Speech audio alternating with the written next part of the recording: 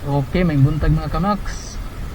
So amping-amping ta sa tong biyahe no kay medyo dangog yun ang kalsada karon kay 101.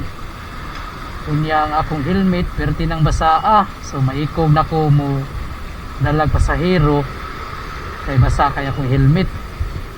Pero ang nakanindot aning Maxim all around ni siya man ni nakanindot sa Maxim bisan pag mag-uwan naagi hapon ta pwede gyapon ta makabiyahe. Naagi hapon mga COD delivery.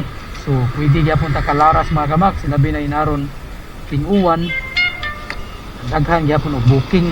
So ako mamili na lang ko og mga COD or delivery. Mauna lang akong kuhaon kay ana di na magsilbi akong helmet mapuga na. Sabi na kabasa. So, are na lang ko diri sa delivery. Oh, sama ni. Delivery ra ni siya para kamputhaw.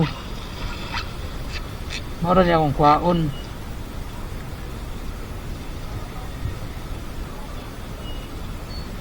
So delivery ra akong kuhaon no. Kay basa na kayo kung helmet. Deliver only to DYHP, ihatag lang sa guard. So deliver ni siya.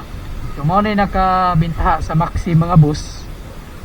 Kay bisag ting-uwan padayon gyapon ta sa pagbiyahe kay naamay COD naapoy delivery. So di kita masiruhan diri sa Maxim.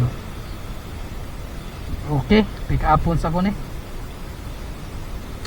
Dool ra pug kayo ni 0.4.